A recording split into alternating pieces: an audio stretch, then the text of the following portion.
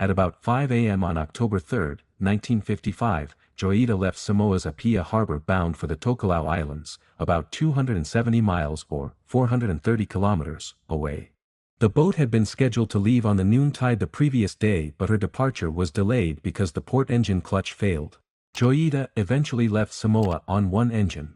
It was carrying 16 crew members and 9 passengers, including a government official, a doctor, a copra buyer, and 2 children.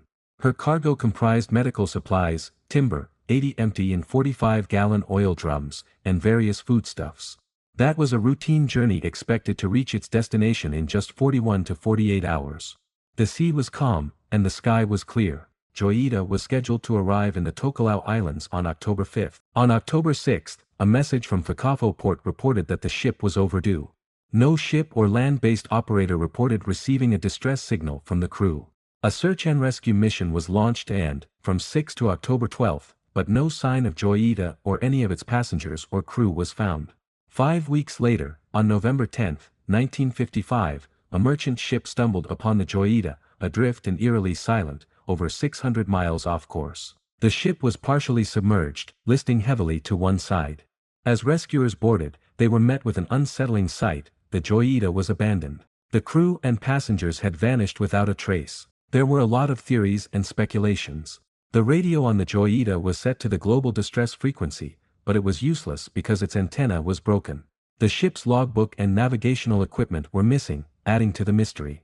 Even more chilling was the discovery of the doctor's bag with several bloody bandages, suggesting a medical emergency had occurred. Despite these clues, definitive answers remained elusive. Some believed pirates had attacked the ship and also 4 tons of cargo was missing, which made sense considering how uncontrolled the Pacific Ocean was at that time. Some others assumed that an extreme storm had forced the crew to leave the ship, although the Joyita's design should have kept it floating. The Joyita itself also held secrets. The ship had a troubled history, with multiple mechanical failures. On this journey, the port engine was found covered by a mattress, possibly in an attempt to minimize a troubling noise. The starboard engine was inoperative due to a broken clutch. These issues could have left the Joyita drifting helplessly, but they don't explain the crew's disappearance. Another disturbing aspect was the state of the ship when found. Despite being partially submerged, there was no sign of struggle or significant damage. Cargo and personal belongings were left undisturbed, suggesting whatever happened occurred suddenly, leaving no time to gather essentials. So, what happened to the crew of the Joyita?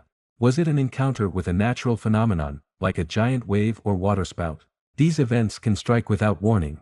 But the calm weather and the ship's design make this unlikely. The Pacific in the 1950s was a place of secret operations and illegal activities. As we crack this mystery, it's important to consider the psychological impact on the crew.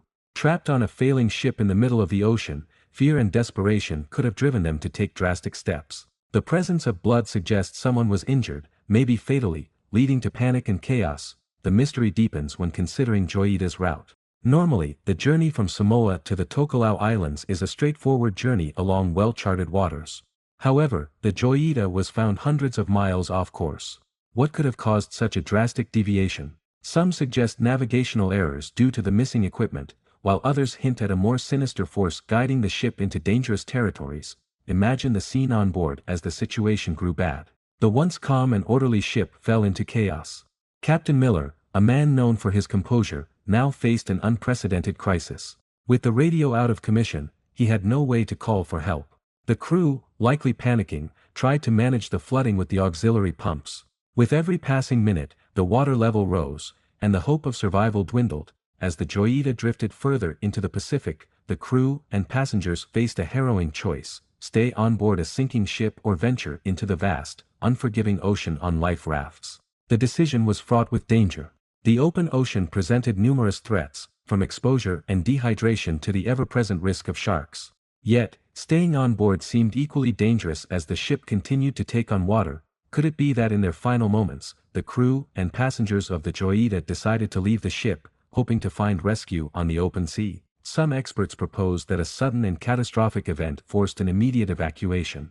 An onboard fire, a sudden hull breach, or even a toxic gas leak could have caused such a panic. Yet, the lack of significant damage to the ship and the absence of fire or explosion marks make these theories less convincing.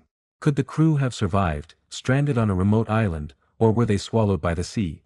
Without concrete evidence, we are left to wonder and speculate. In the end, the story of the Joyita is not just about a ship lost at sea, it's about the lives that vanished along with it.